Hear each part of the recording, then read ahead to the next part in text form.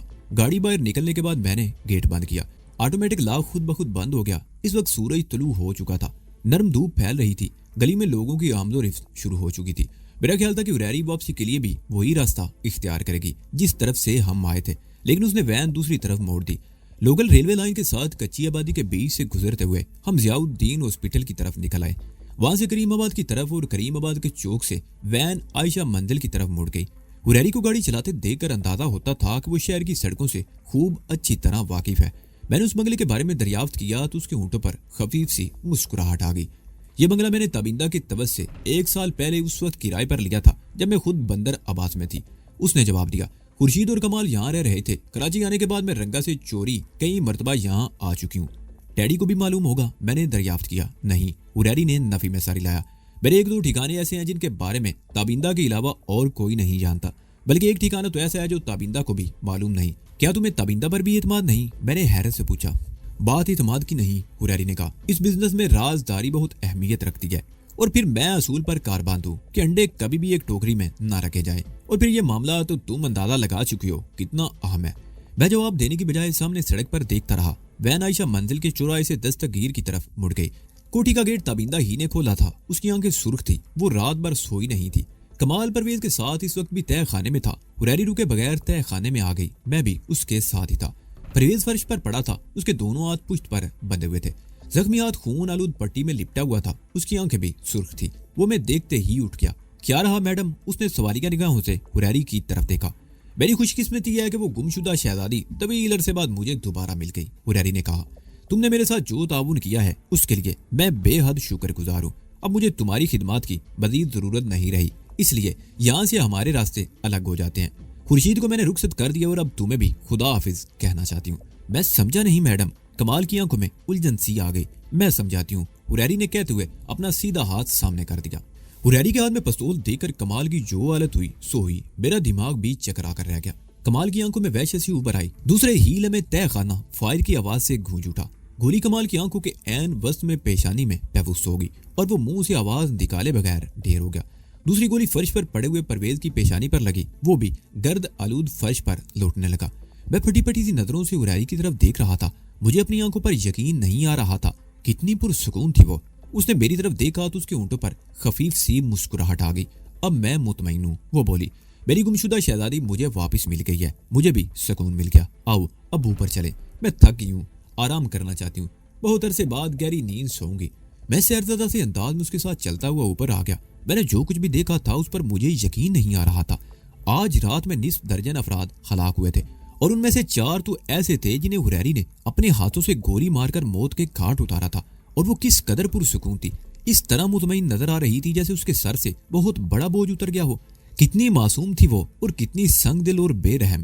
4 آدمیوں کو موت کے گھاٹ اتارنے کے بعد بھی اس کی معصومیت میں کوئی فرق نہیں آیا تھا۔ اوپر آ کر اس نے تابندہ کو ناشتہ تیار کرنے کو کہا اور اپنے کمرے میں چلی گئی۔ میں بھی اپنے کمرے میں آ گیا اور دروازہ بند کر کے کپڑے اتارے اور باتھ روم میں گھس کر شاور کھول دیا۔